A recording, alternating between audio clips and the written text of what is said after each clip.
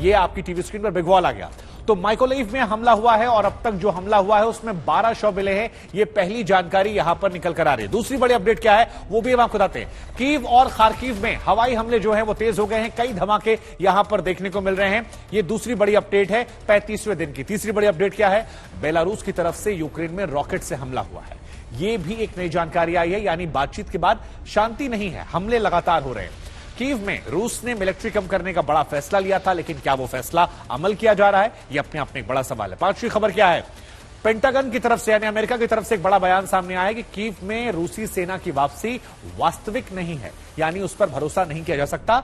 Istanbul में हम आपको बता दें, रूस और यूक्रेन के बीच में 3 घंटे यहां पर बातचीत चली थी। ये छठी बड़ी अपडेट है, लेकिन उस बातचीत के बाद बहुत सारे वादे किए गए थे, लेकिन उन वादों पर अमल होता हुआ नजर नहीं आ रहा। 7वीं बड़ी बात क्या है, सुरक्षा गारंटी अगर मिल जाती है तो फिर तटस्थ रहेंगे। और अब खबर यह भी आई थी कल के बाद कि जेलेंस्की पुतिन बातचीत कर सकते हैं, लेकिन क्या ऐसे माहौल में बातचीत संभव है, यह बड़ा सवाल है।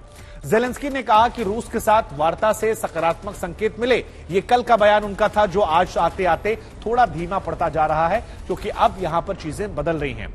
युद्ध विराम तक रूस से प्रतिबंध हटाने की बात नहीं है, ऐसी बात जेलेंस्की ने कही है। हालांकि क्या रूस को इस बात की परवाह है, यह भी अपने आप में एक बहुत बड़ा सवाल है।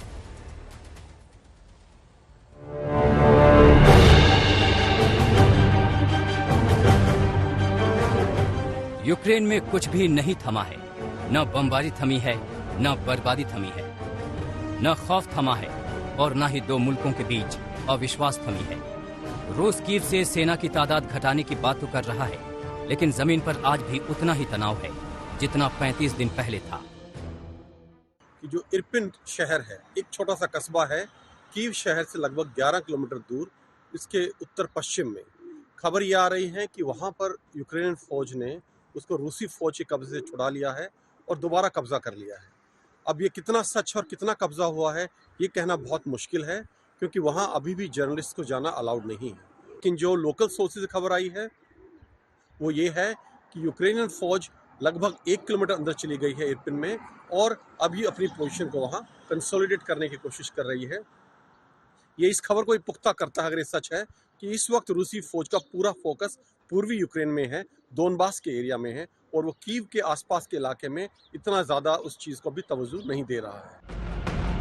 यूक्रेन के शहर एक के बाद एक तबाह हो रहे हैं और शायद इसलिए यूक्रेन के राष्ट्रपति जेलेंस्की रूस पर एतबार करने को तैयार नहीं है। टाकी में रूस और यूक्रेन के बीच उम्मीदों से भरी बातचीत के बाद हालत ये है कि जेलेंस्की सैन्य गतिविधियां रोकने को राजी नहीं। रूस कह रहा है हमने तैनाती घटाई है, युद्ध विराम नहीं किया है, और अमेरिका कह रहा है रूस सिर्फ पोजीशन बदल रहा है, हकीकत में सेना काम नहीं कर रही।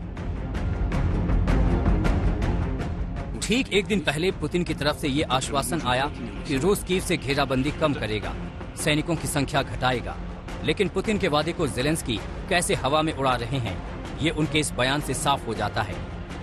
जेलेंस्की ने अब तक रूसी हमलों का हिम्मत से सामना किया है, पूरी दुनिया में उनके नेतृत्व की तारीफ हो रही है। तो 35 दिन बाद यूक्रेन को मटियामेट करने के बाद पुतिन के हाथ अब तक खाली हैं। सवाल है कि क्या रूस बेचैन हो रहा है?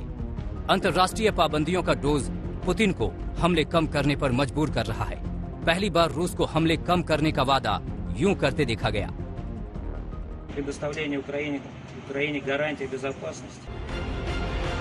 जब अविश्वास की खाई इतनी गहरी हो तो एक युद्ध का खात्मा कैसे हो सकता है? राजेश पवार, कीव, आज तक।